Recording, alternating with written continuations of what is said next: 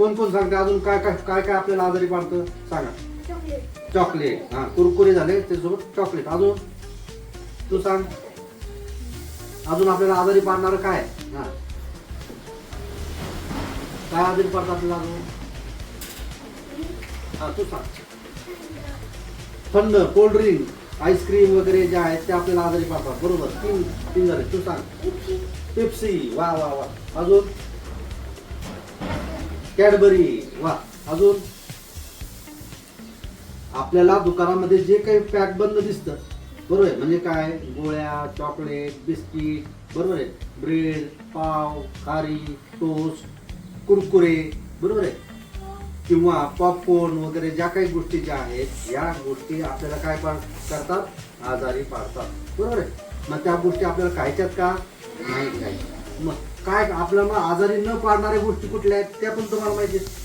कोण सांगू शकेल आपल्या शरीरासाठी एकदम शक्तिवर्धक पौष्टिक काय चांगली फळं वाजवा काळासाठी. बसा. अजून अजून कोण सांगू शकेल तू सांग. दूध. वा. टाळी वाजवा.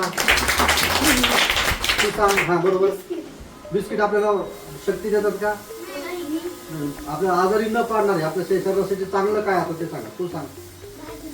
भाजी भाकरी. शाबास. वा. तू सांग. कारले. वा. म्हणजे काय लक्षात आलं आपल्या की आपण जे रोज खातो किंवा आपले जे भाज्या उसळी बरोबर आहे डाळी अंडी बरोबर आहे या सगळ्या गोष्टी मी आवर्जून खाणार.